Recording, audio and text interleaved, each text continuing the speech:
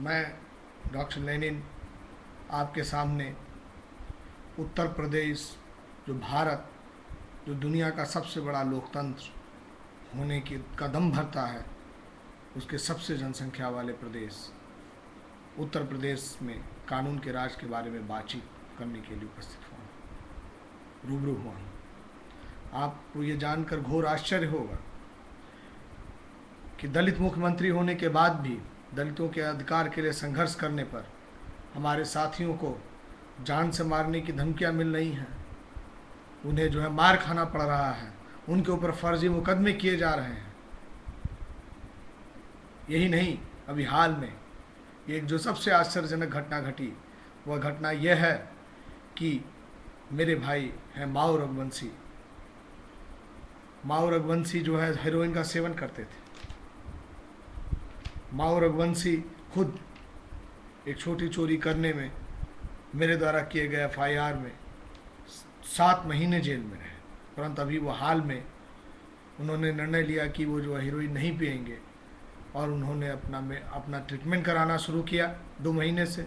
इस बीच में एक आश्चर्यजनक घटना घटी। हीरोइन तस्कर जो पांडेपुर में, जो कैंट थाने में पड़ता है, बनारस के, टुर्रे नामक ये हीरोइन तस्कर माओ रघुवंशी के घर आता है और उनको धमकी देता है कि अगर तुम जो है अगर हीरोइन का सेवन बंद करोगे तो तुमसे निपट लिया जाएगा। यह बात पता चलने के बाद जब मैं टुर्रे से बात करने के लिए गांधी जी के तरीके से जाता हूँ तो मेरी पिटाई की जाती है, मारा जाता है। इसकी पूरी सूचना 100 नंबर पे और पुलिस सबको देने के बाद जब मैं 12 घंटे बाद FIR और NCR दर्ज होती है, मेडिको लीगल होता है, मेडिकल ट्रीटमेंट दिया जाता है। इससे ज़्यादा खतरनाक बात यह होती है कि 22 अक्टूबर को जो मैं अपने कार्यक्षेत्र भगवान नाला में सर दोराबजी टाटा ट्रस्ट के द्वारा चलाए जा रहे स्कूल को देखने जाता हूं और साथ ही जर्मनी के हेल्मा जी द्वारा दिए गए फंड से बन रहे सामुदायिक केंद्र और स्कूल बिल्डिंग का निरीक्षण करने पहुंचता हूं तो वहां देखता हूं कि टुर्रे उपस्थित है।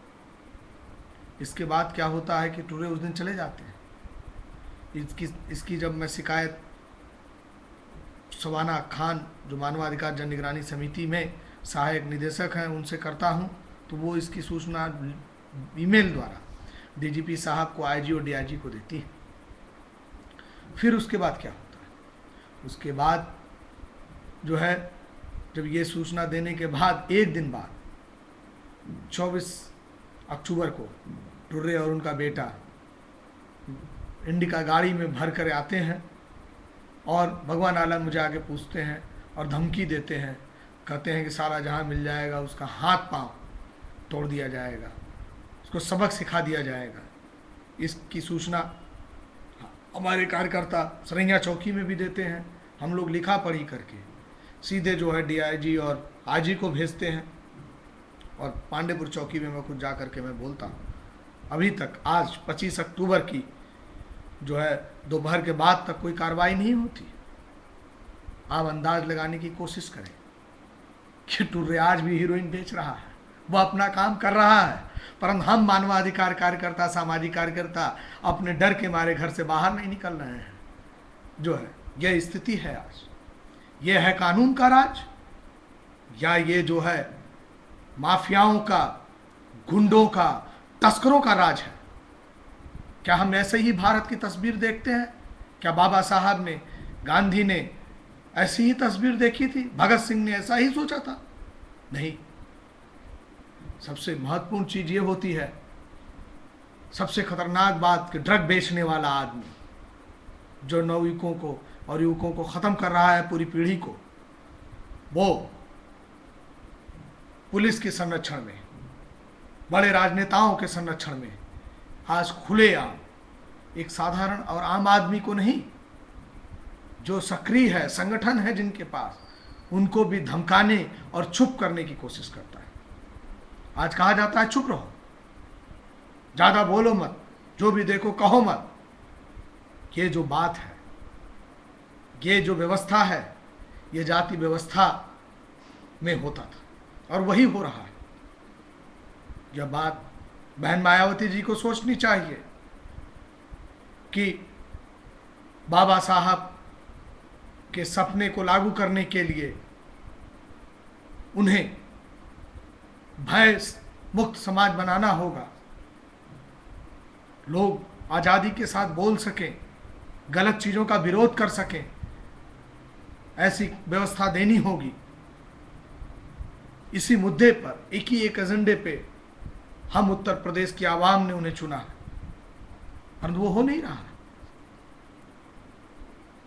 सबसे खतरनाक बात यह है कि इन सब चीज़ों के बाद गांधी बाबा ने कहा था कि डर और हिंसा में से अगर कुछ चुनना हो तो डर को मत चुनना।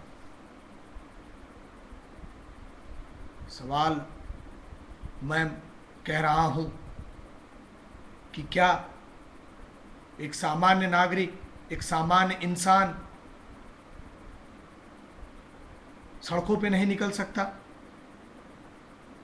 बाहर नहीं जा सकता, अपने सामाजिक काम नहीं कर सकता? पुलिस कार्रवाई नहीं कर रही है, गुंडे को संरक्षण दे रही है कि धमका करके इसको चुप कराओ, साला बहुत लिखा पढ़ी करता है। यह जो कुछ हो रहा है यह बहुत खतरनाक है। और यही मैं अपील कर रहा हूं देश की आवाम से, देश की जनता से, हम एकजुट हों और कानून का राज स्थापित करें। बड़े से बड़े पूंजीवादी देश में, जहां बहुत कुछ लोकतंत्र नहीं है, हांगकांग जैसे देश में रूल ऑफ लॉ के द्वारा करप्शन को, भ्रष्टाचार को खत्म किया गया। क्या हम यहां नहीं कर सकते? कर सकते।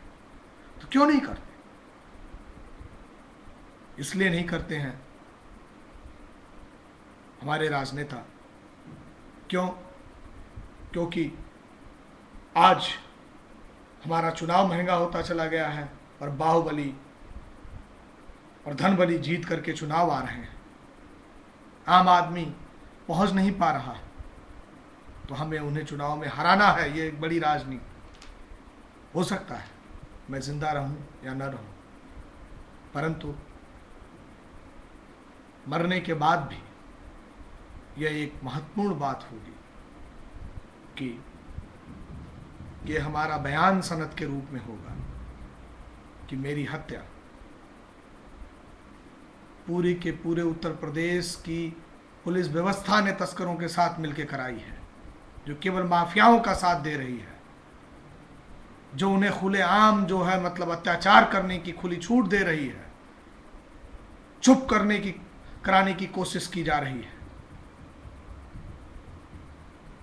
यह कब तक चलेगा? हम इसे कब बदलेंगे?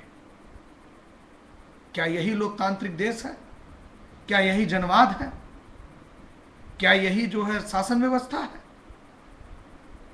क्या इससे हम दुनिया के सबसे बड़े लोकतांत्रिक देश बनने का दम भरते हैं? यह मनमोहन सिंह को भी समझना पड़ेगा, सोनिया गांधी को भी समझना पड़ेगा कि यह देश के अंदर सामान्य जन अगर अपने को यही नहीं महसूस कर पा रहे हैं कि वो सुरक्षित हैं या नहीं, और जो आदमी ड्रग का धंधा करता है, जो आदमी जो है हत्याएं करता है, जो आदमी भ्रष्टाचारी है, जो कानून को तोड़ता है, वो सीना तान के घूम रहा है। यह कब तक चलेगा? हम कब तक चुप रहेंगे? आइए हम अपनी चुप्पी तोड़ें और लिखें जो है विभिन्न राजनीतिक पार्टियों को कि हम चलने नहीं देंगे। सवाल है कि आज़ादी की लड़ाई में, अंग्रेजी उपनिवेशवाद की संघर्ष की लड़ाई में बहुत से लोगों ने अपनी कुर्बानियाँ दी थी। हमें भी ये जो वास्तविक लोकतंत्र स्थापित करने के लिए आम जन, दलित, बहुजन, वंचित जन की सरकार को स्थापित करने के लिए अपनी कुर्बानी देनी होगी, और यह कुर्बानी व्यर्थ नहीं जाएगी। परंतु